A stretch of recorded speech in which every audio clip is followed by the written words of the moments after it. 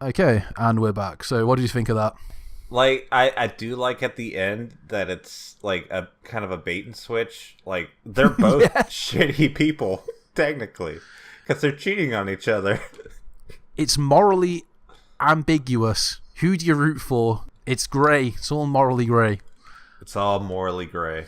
Like the song itself, it like It's a good song. I quite like it. I'm not like too like put off by it. Like I guess like in terms of like I'm not sure. Like I'm not seeing anything like horribly wrong. Like because I hear a lot of people that just shit on Stained, and maybe Yeah. it's because this came out before all that happened. But Yeah, I mean, like it's been a while. Ironically, it's been a while since I've listened to that song. But from what I remember, like I liked that song as a teen, but it kind of was generic. It's like you're saying, it leans heavily on a down tempo grunge aesthetic. Like it's very slow. Like to my mind, I know it's not the best comparison, but to my mind, it's very Nickelbacky, even though it came back before Nickelback. I don't know if I'm like feeling the Nickelback. Maybe it's Not like on this some of their other song, stuff, but oh, like their other yeah, songs. not Okay. this song. No, on It's Been a While. To my mind, I kind of equate the two, but this song is a lot more. It's a lot more punchy. It's a lot more. It's a lot more aggressive, yeah. A lot more aggressive. A lot more interesting, honestly. Like I think you mentioned the bass line and that weird. I think you said it was because I don't know fuck all about playing music, but Zeta said it was like a delay effect on the guitar. Like I quite like those. They're Yeah, it was kind of a like. I think it was a delay effect. Like, I'm gonna like. it was interesting. I'm gonna make myself look like an idiot here, saying what kind of effect it was. But yeah, Put your reputation on the line. yeah. Put my What is it? reputation as a kind of bad guitarist. Uh, but no, I like the bass. Like I mean, I started with bass, so any song that kind of like starts and like emphasizes a bass line, and like this wasn't even like an amazing bass line. It was a pretty good bass line. It Yeah. just kind of like led you through the song as it's supposed to do, and I enjoyed that about the song. Yeah. I think I was telling you while we were watching, I'm hitting the fucking thing. I'm super sorry. I enjoyed the chorus and I enjoyed the breakdown. Yeah. And as far as the video is concerned, I think that was like the least interesting thing for me because it was very much what I would expect from a music video from Stained in like the 1990s or early 00s, you know? See, I mean, yeah, it is. Because that's a lot of, or should I say most of them. There's one, I think, particular standout. But yeah, they all are kind of generic, but I do find it interesting to pick apart like the differences between the ones. Like Stained, I mean, on the one hand, yes, it's very generic, but it also has, I mean, I should also point out that all of these videos are very technically competent. You're not going to find like Oh yeah, a technically bad video. They're all, the ridiculousness comes from like the era they were made and the sort of over the top goofy shit they pull off. Yeah. That it's like it's not. When I say generic, I don't mean like bad. I mean just kind of like it's a very by the books video. I mean, generic Like, shouldn't yeah. in turn mean bad. Like it just means that it's conforming to the stereotypes that are expected of it. And in many ways, yeah, it is. It hits all the notes. It's visually, it's a very dark and gritty video. Like I was expecting this video to be a little bit more over the top, but like it So was you like, say like it should be more over the top, but then it has the fucking rage cage it has the revealed rage halfway cage. through.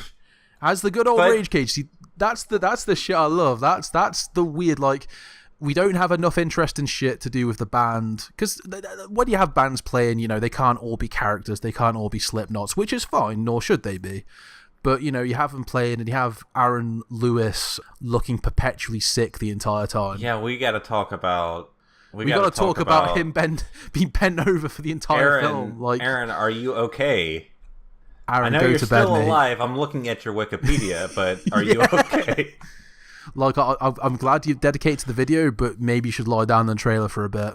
Get this sorted out. We'll get you a doctor in. But he looks, I mean, he's doing this thing where, and I get he's trying to do like a visual representation of barely restrained anger to match his voice. and the other guys are just playing. Like, they like to do extreme contortions, but visually, like, the band can't do much. They're there to play music, not to be characters. I just missed the whole let me put my guitar down to my knees sort of playing. That shit's so good, right? Like, the one fucking... I think it was the bass player was fucking doing that. Like, he had a full right angle, 90-degree down bend. Like, that's ridiculous. I know that's not a good way to play, but... it's like, not good in general. It's not good in general because you're going to curve your back and, like, you're going to strain when you're playing, but... You've got to think of the long-term health consequences of playing in such a responsible way. It makes you look cool. It does. Especially in the year 1995 or 9, one of those years. I think this one's 99, but yeah, no, the whole of the 90s and early 2000s, definitely. That was... I think, like, the bending over and putting the guitar down past your knees thing was in later years replaced by the synchronized jump in, like, the cool thing for guitarists to do. And swinging the guitar around their necks like Fall Out Boy did. There's different eras of dumb guitar shit to do. I forget. I think it was Between the Buried and Me or like another band. Like there was a live performance I saw. The dude got on a. I know I'm going on a weird tangent here, but he got on one of the speakers, one of the loudspeakers for a live show. Jumped off it, did a flip, and flipped the guitar around him and landed. And I'm like, what the fuck? What the fuck? What is this Devil May Cry cutscene shit that you're pulling on us right now? Like this, like honestly, like the whole like the guitar down to the knees thing is just the beginning because people get a lot crazier. There's a whole world of guitarists doing dumb shit during their shows. I had no idea. Like honestly, we need to go back to a time when people did weird shit with guitars. That's the next new comeback. Yeah, then this was the thing I was saying earlier or the point I was getting to earlier is because, you know, there's not much you can do visually with Stained. They're there to play their music and not much else. And they do it with a little bit of flourish, but not much. You've got the side thing of the couple having their dispute, which there's not much they can really do with. Like, that's just there as a side thing. So what have you got to make the video interesting? Get a giant fucking glass box or plexiglass box. Let's put the cage in the mosh pit. Get the cage, Get the band on top of a fucking cage. Get a bunch of people in the... Because there was a good few people in that cage. And it's technically a cage within a cage because the band was on a cage and then the person was in a cage and then they were singing.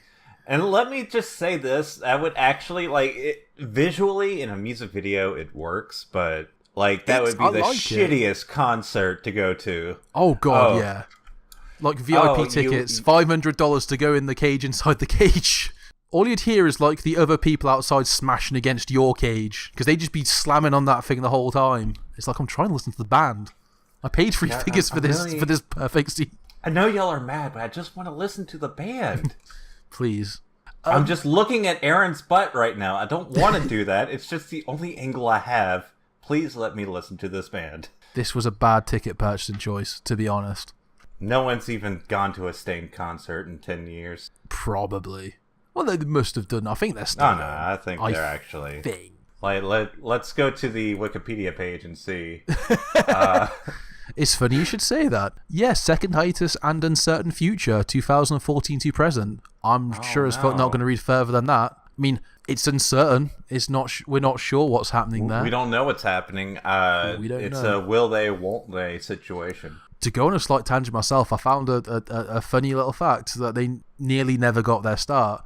So Stained was signed to Fred Durst's label, and it turned out Fred Durst directed a bunch of their videos, or at least one of their videos, and did some other stuff. But when Fred Durst first heard of Stained, it was they were on the same bill when they were like getting big as a local band. Fred Durst found the cover to their first album called Tormented when they were a much heavier band. And the cover, I think, is pretty tame compared to others, but it is a bit gruesome. It's a bit graphic. You know, there's like blood and a crucifix that's been smashed. What was it? Tormented? Yeah, if you want to get that cover up. Because it's... I mean, it okay. There's like a face there. You don't know if it's like a cut-off face or if he's like buried under something. But it's meant to be a bit shocking. But Fred Durst saw that cover and he saw that he was performing with this band and he was like, no, this is disgusting. Tried to get him thrown off the show unsuccessfully, because with all like the imagery and like the crucifix being a bit smashed up, he thought they were Satanists. Just made like a huge fucking assumption. Wow. Oh, so what you're trying to tell me is that Fred Durst is an asshole? This may surprise you, but Fred Durst is an absolute wanker. I mean, that does... I'm not really too surprised by that.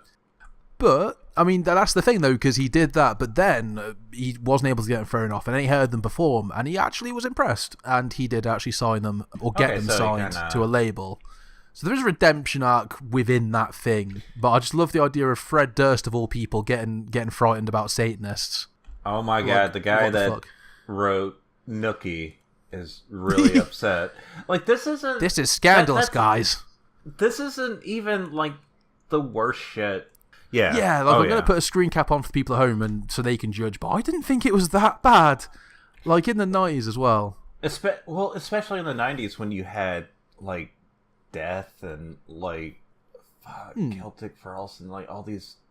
Like, death and black metal, like the whole fucking first wave of black metal had already happened, and like, I think it was Mayhem that had like, I guess I should say warning here, they actually had like their bandmate dead on their cover.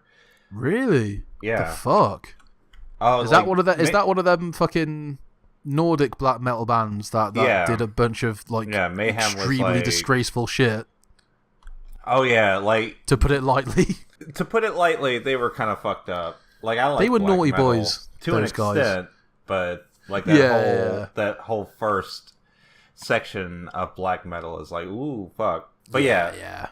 That's a weird tangent to go down, but yeah, I kind of went off topic. But I think the thing is, like, this to bring it to a close, like it is in many ways a generic music video, but there are little things that are just so representative of the era that I really like, and I just like the Rage Cage. The Rage Cage is good. The Rage Cage is great. I also love the little bit at the end where, in a shocking climax, you find out the guy is also cheating as well, and for some reason he picks up his new girlfriend and like dips her back to like make sure the liquids are leveled out or some shit, or to activate her or whatever. I don't know. You know what it is? It's like he's treating her like a baby, really, if you think about it. It's that's like, oh, you like this? Yeah. Which, when you put it that way, that makes it a bit creepier. But it's definitely a bit weird weirder. Action to. It's just weird in general. Like, but yeah, it's an interesting video, and like with the music as well. I think when you look at the different genres within nu metal, because you got your more grunge influenced stuff. Like, of course, you've got more directly hip hop orientated stuff, including stuff that is just straight rapping. But on the opposite side of that, you've got your darker stuff. You've got your Mushroom Heads, for example. We're going straight to Mushroom Head. This is a song I loved as a kid. Like, when it first came out, I was all about it. And Sun Doesn't Rise, and like, this was my shit. Like, that between them and Slipknot, I was just enraptured by the whole edgy sort of costume wearing characters in metal. But yeah. Oh god, yeah. I mean, the thing is, because I should say as well, like, when I got into this song, because I did as well, but I wasn't into that. Like, I was introduced more, I shouldn't say the lighter side, but like the more hip hop, the more bouncy funk and hip hop inspired side, like your Limp Bizkits and Linkin Parks. Oh yeah. More commercial stuff, I should say, but in my defense, I was like 12 at the time. But I did get a compilation. We have a music magazine, and now radio and TV channel called Kerrang. Back in the day when they were just a magazine, they released a compilation. They released a bunch of compilation albums.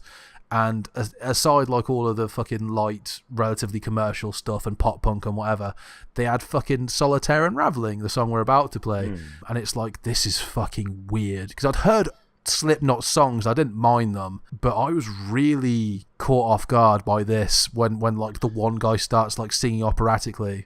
Yeah. And nowadays, like, I know that's not standard, but there's a lot of bands that do that. But that was my first mixing of the two, and I was like, what is this? Yeah, and like, just Mushroom Head has always been one for me, which, yeah, we get the name as sexual, but like the just like, they've always had like a weird sort of mix of things that either works or it doesn't. But yeah, I don't know the because I've not listened to an album or anything, but I understand that would experimental be a good term for it? Like they're almost, I don't know. They push boundaries, maybe. I don't know.